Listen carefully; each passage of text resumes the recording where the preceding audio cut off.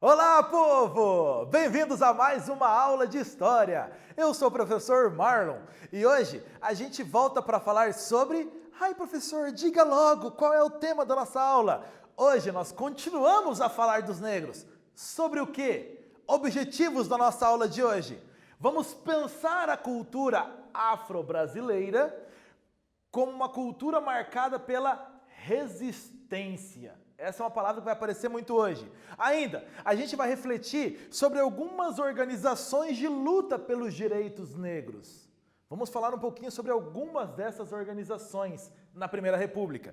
E, por último, conhecer algumas manifestações afro-brasileiras no mundo cênico, no mundo das artes também. Vamos falar sobre toda essa inserção negra na sociedade brasileira até a primeira metade do século XX, basicamente.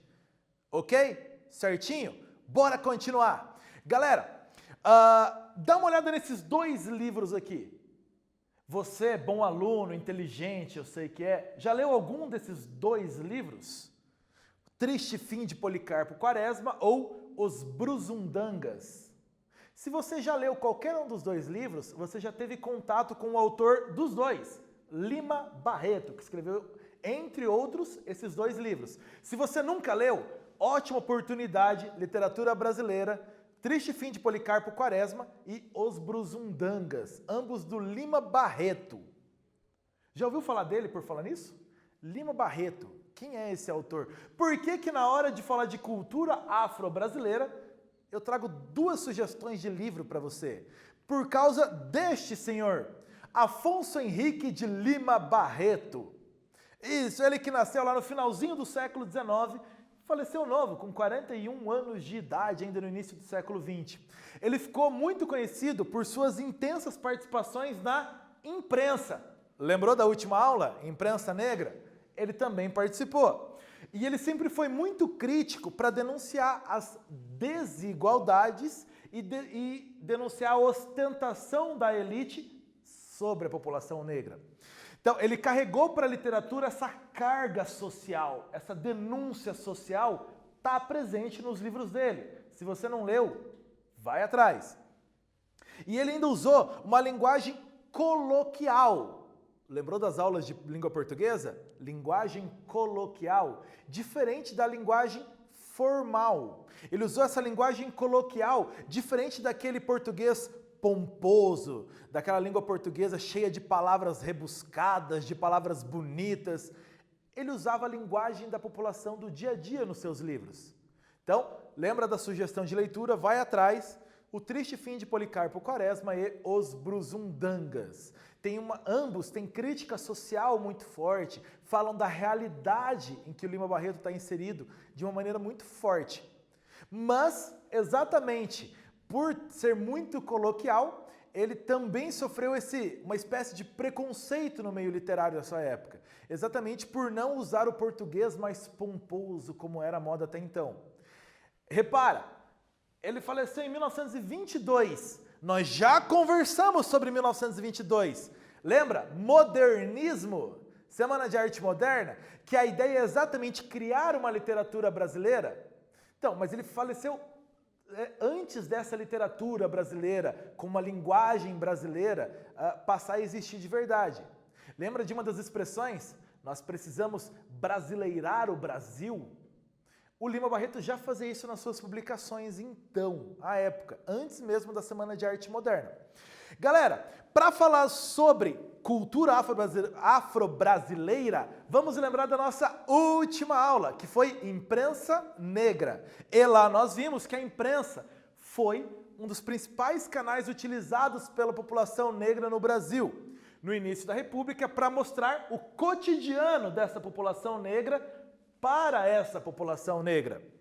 A intenção também era a de incentivar a participação política e favorecer essa integração maior dessa população negra no Brasil, que essa população fosse mais integrada e participativa da sociedade. A imprensa negra tinha muito essa função. Lembrou da última aula? Imprensa negra, jornais editados por negros para a população negra para falar do cotidiano, da realidade desses negros e de incentivar essa aproximação entre eles para que fosse facilitada a inserção dessas pessoas na sociedade após a abolição. Lembra o que é a abolição? Fim da escravidão. Decorou a palavra. Boa. Ó, cultura afro-brasileira, então, pós-abolição. A escravidão, e aqui eu trouxe um textinho para você nas próximas telas, que está presente, nas próximas telas? Ops! Que está presente no livro Uma História da Cultura Afro-Brasileira. É a introdução desse livro e dá um panorama muito bom para a gente dessa cultura afro-brasileira. Leia lá comigo. A escravidão foi uma página muito triste da história do Brasil. Por conta da condição de escravização dos africanos e de seus descendentes, suas práticas e costumes não eram reconhecidos, já que só era considerado cultura o que fosse criado pelos europeus. E aí, nós relembramos a ideia de que o negro não era tratado como pessoa, mas era uma coisa, ferramenta de trabalho.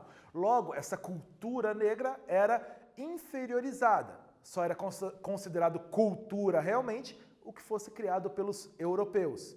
Então você tem essa dificuldade aí entrando em cena. Legal? Continuando. Por causa disso, daí dizemos que as culturas afrodescendentes têm a marca da resistência. Essa palavra é super importante, por isso eu grifei. São culturas que têm uma marca de resistência, resistir ao tempo, resistir às pressões, resistir à tentativa de acabar com essas culturas. Resistência é a palavrinha que você vai grifar aí. Falou em cultura afro-brasileira ou afrodescendente, a palavra resistência vem junto. Por persistirem apesar da repressão e da desqualificação a que foram submetidas em várias partes do mundo. Então, cultura afrodescendente geral e no Brasil, essa cultura afro-brasileira tem a marca da resistência. Aqui um exemplo dessa resistência para você. Um encontro de maracatus, uma expressão cultural típica africana, no Carnaval do Recife em 2008. E você repara então essa resistência cultural africana em território brasileiro. 2008, permanecendo tradições afrodescendentes. Ainda, no Brasil, a culinária, os modos de vestir, vários ritmos, danças, assim como palavras e expressões gramaticais, trazem em nosso cotidiano as marcas da presença africana. Repara que eu grifei isso para você. Quais são as marcas da presença africana no Brasil? Em vários lugares elas estão presentes, principalmente nos modos de vestir, na culinária, nos ritmos, danças, palavras e expressões do nosso dia a dia. O Brasil, que é um país miscigenado, misturado, como a gente já falou em tantas aulas, que traz a marca dos imigrantes europeus, dos portugueses, dos indígenas e também dos africanos que durante tanto tempo vieram trazidos escravizados para o Brasil e aqui permaneceram colocando também a sua cultura para essa sociedade brasileira. E vários aspectos da cultura que veio da África para cá permaneceram no nosso dia a dia. Aqui você tem uma baiana vendendo acarajé em Salvador. Então, uma comida tipicamente afrodescendente no Brasil, que tem as suas raízes na África e que veio trazida para o Brasil. Uma cena muito típica de Salvador e de várias outras cidades brasileiras e dessa cultura afrodescendente. Ainda, aqui tem uma tela para você bem colorida com algumas palavras em português que têm origem em dialetos africanos. Dá uma boa olhada nessas palavras. Você sabia de todas elas com origem em dialetos africanos? Já tinha, várias delas você já tinha ouvido falar? Há notas que você nunca ouviu falar, vai dar uma pesquisadinha nelas e você vai perceber tanto no significado, a presença então dessa raiz africana nessas palavras. Boa, anotou aí. Printa a tela, tira a foto da tela, vai atrás dessas palavras. Te dá um tempo para isso, vai. Vamos continuar? Ei, mais ainda dessa cultura, ó. A cultura afro-brasileira também se caracteriza não só pela palavra resistência, que você já grifou, mas pela palavra criatividade. Pois, ao longo da nossa história, os africanos e seus descendentes foram obrigados a refazer suas vidas e inventar caminhos para sair da escravidão e enfrentar a discriminação. Então, para manter essa cultura, para fazer ela resistir, a criatividade também foi importante. Então, lembra que nós falamos, a Lei Áurea acabou com a escravidão, mas não garantiu a inserção dos negros na sociedade, nem os direitos civis para essa população negra ex-escrava. Então, para manter essa cultura viva também na sociedade, a criatividade foi fundamental para fazer essa cultura resistir ao tempo e às pressões. Tarefa para você fazer sobre isso que eu já falei de miscigenação. Não vou falar mais nada. Faz a tarefa que a gente volta.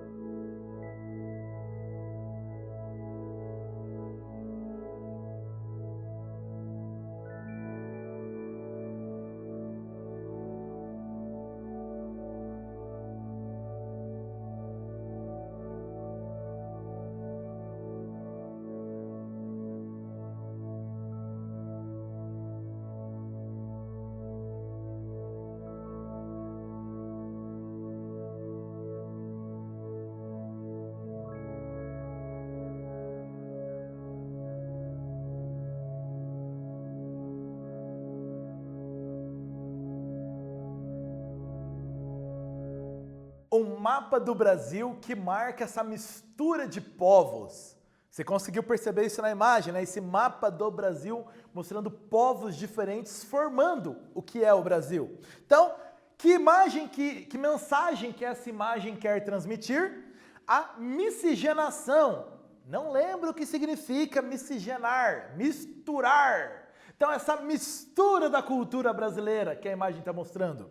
A mistura de vários povos que formam o Brasil. O país é um país mestiço, misturado, onde várias culturas foram se integrando ao longo do tempo. E nós falamos, não só a cultura portuguesa, indígena, de outros povos imigrantes, como o Paraná é tão rico de povos imigrantes que vieram para cá, mas de todos esses povos que vão chegando e se integrando à nossa cultura e dando contribuições à nossa cultura. O tema de hoje é essa cultura afro-brasileira, mas tantas outras culturas que nos deram muitas contribuições, que vieram agregar à história dos povos aqui do Brasil. É isso que a imagem está trazendo para você.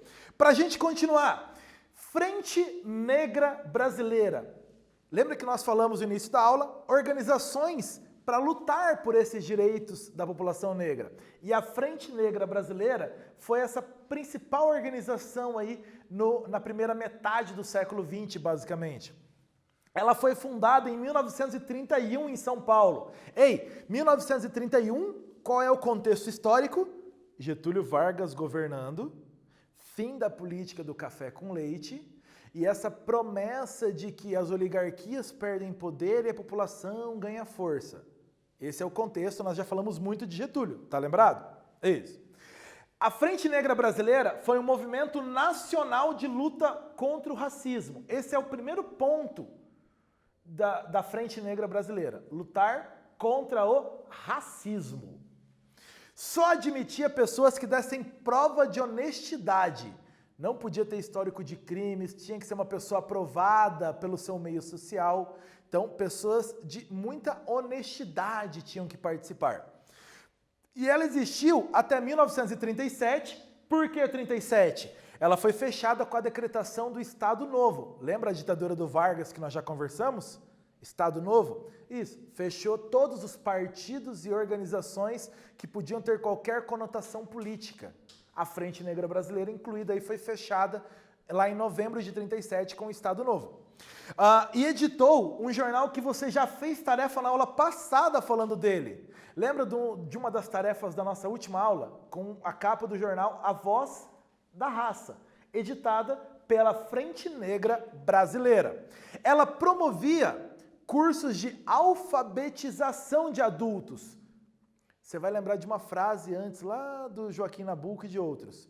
Precisamos que essa população seja alfabetizada, que ela tenha um projeto de educação, como até numa das aulas falamos do José Bonifácio, para que essa população possa ter uma emancipação, uma autonomia, com que ela deixe de ser escrava realmente.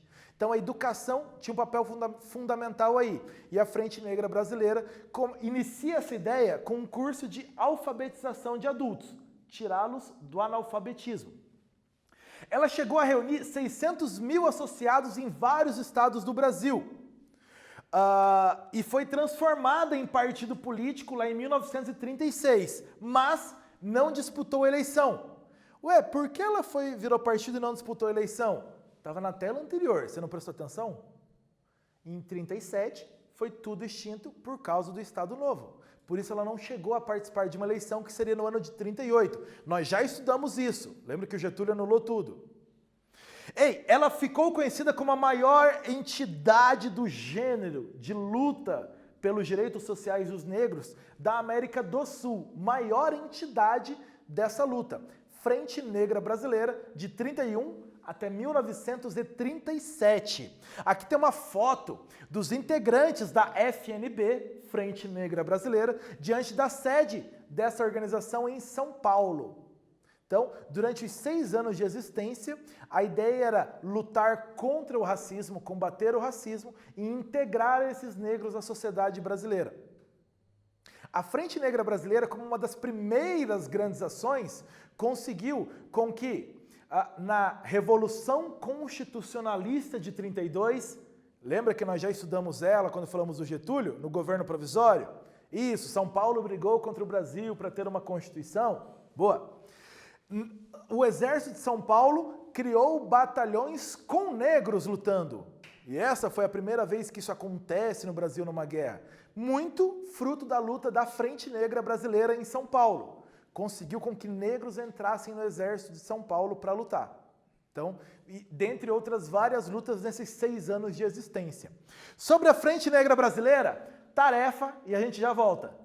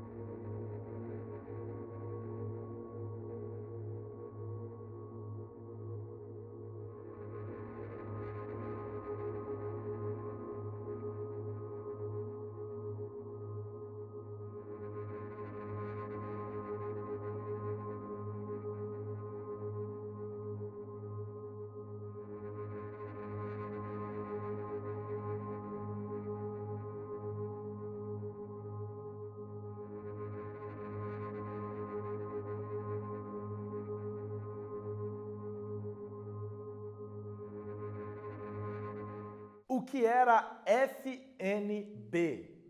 É uma sigla muito fácil, muito simplesinha. Frente Negra Brasileira, tá aqui em cima, o Estatuto da Frente Negra Brasileira. E eu coloquei para você o artigo 1º do Estatuto dela, que diz exatamente que ela é uma união política e social da gente negra nacional, e ela existia para afirmação dos direitos históricos dessa gente negra nacional, em virtude de sua atividade material e moral no passado e, olha importante, reivindicação de seus direitos sociais e políticos.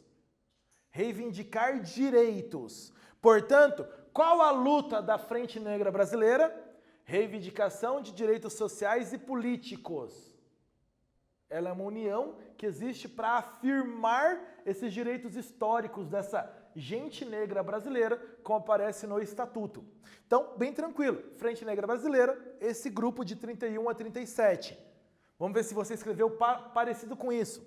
Luta pelos direitos históricos dos negros, de reivindicação de seus direitos sociais e políticos, ou seja, participação da vida política e social do país. A luta da Frente Negra Brasileira, participação maior na vida política e social do Brasil. Que essa gente negra brasileira, como eles chamam, participe dessa vida política e social. Essa é a grande luta. Além da Frente Negra, além dos movimentos políticos e sociais, há também uma luta pela inserção do negro no mundo cênico, no mundo das artes. E aí tem grande papel o Teatro Experimental do Negro, TEN. Ele existiu entre 44 e 68. 44, lembre-se, ainda governo Getúlio Vargas, lá o governo do Estado Novo. Ele foi um grupo de protesto pela ausência do negro nos palcos brasileiros. Praticamente não havia negros participando do teatro brasileiro. Então ele é um grupo que surge exatamente para preencher essa lacuna, para cobrir esse vazio aí. Esse grupo teatral era apenas para atores negros. E em 48 iniciou um jornal ainda, chamado Quilombo, que existia exatamente para divulgar as ideias do grupo. Lembra da aula de imprensa negra, da aula passada? Então, o Teatro Experimental do Negro também cria o seu jornal para também divulgar as suas ideias, para também lutar contra o racismo, para também denunciar as violências, denunciar o preconceito. E no caso deles, o preconceito no mundo do teatro, no mundo das artes cênicas. A figura do negro no teatro brasileiro, até as primeiras décadas do século XX, era muito restrita. Era muito pouca a participação do negro na sociedade, nesse teatro brasileiro. Quando aparecia, essa figura do negro, ele era caricaturado, ele não tinha falas, era uma figura submissa e subalterna. Então a figura do negro no teatro brasileiro, nas primeiras décadas do século XX, é essa. Uma figura de caricatura, não fala no máximo, abre a porta, é um serviçal que está passando, sempre em funções muito menores e na maioria das vezes até sem fala. Uma figura de apoio. Então, o objetivo do Teatro Experimental do Negro é revelar o talento e a capacidade do negro no campo teatral.